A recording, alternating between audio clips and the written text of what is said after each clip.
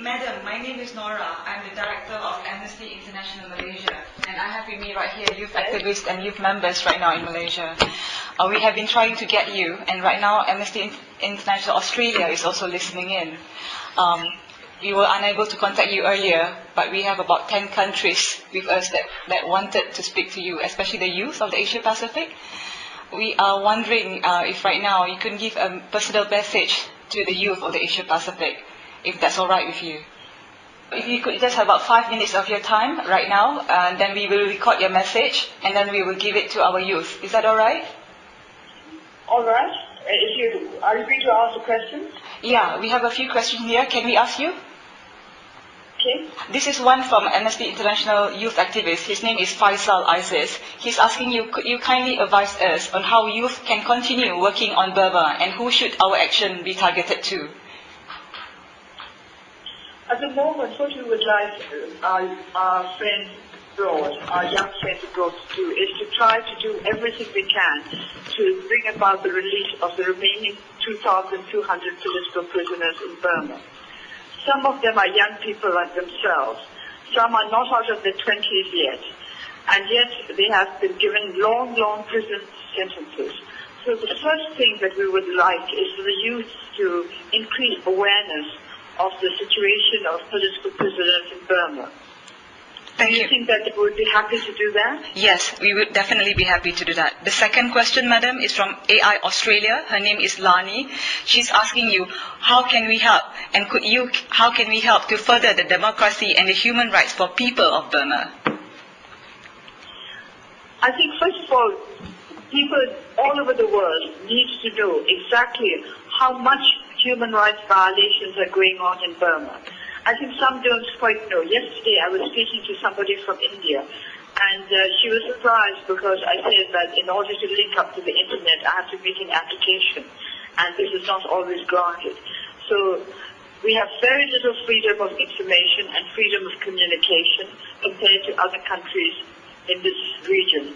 So if our youth in other countries could use their opportunities to increase awareness of the situation in Burma for us, because they have more access to IP technology and they have more access to freedom of information than we have, that would help us a great deal. In other words, if they would do the work that we are prevented from doing ourselves.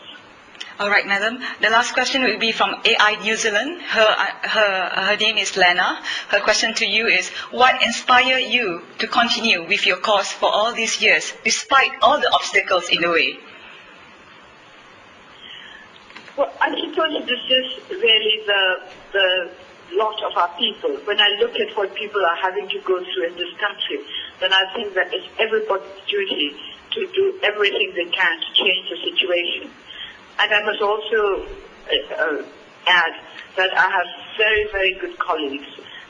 They've really been through so much, and yet they don't stop trying. So with colleagues like that, how can I even think of stopping trying? Yeah. Madam, do you have one final question? Is that all right? One more? Yes, yes. This is from Amnesty International Philippines. His name is Jonathan Cullen. His question is, how did the situation in Burma since your release from the house arrest? Well, at the moment, of course, I've only been free for about 10 days. What I've seen certainly is that there are a great many more youth involved in our democratic process than there used to be. There is a lot of enthusiasm on the part of young people, which I did not see 7 years ago. So that's very, very encouraging for us, and I would very much like the young people of Burma to be able to communicate with young people abroad, so they can find new ways of helping to bring our struggle to a victorious end. And this is a question from me and my colleague Jenny Leong in Australia. But, madam, because we do a lot of campaign for Amnesty International, but which regional government do you see as being the most important for the young people from this region to lobby in order to put political pressure on the Burmese authorities to meet basic human rights standards? Which target? I think we need all the ASEAN countries to rally around, to work in coordination, as well as, of course, India and China. I need hardly add that. But if we're talking about ASEAN countries, we need all of them to work in coordination.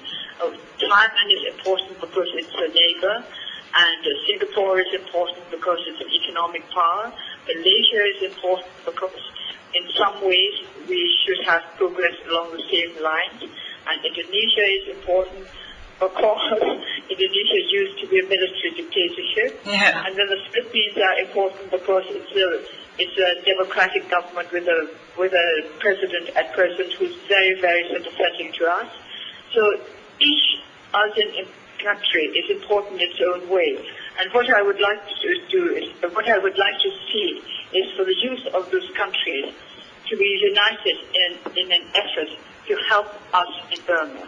Madam, thank you so much from Amnesty International Malaysia and Amnesty International Australia and all the youth network in the region and all the youth and who are really working hard for the release of Burma political prisoners and hoping that we will see a better future very, very soon. Thank you very much, Madam. Well,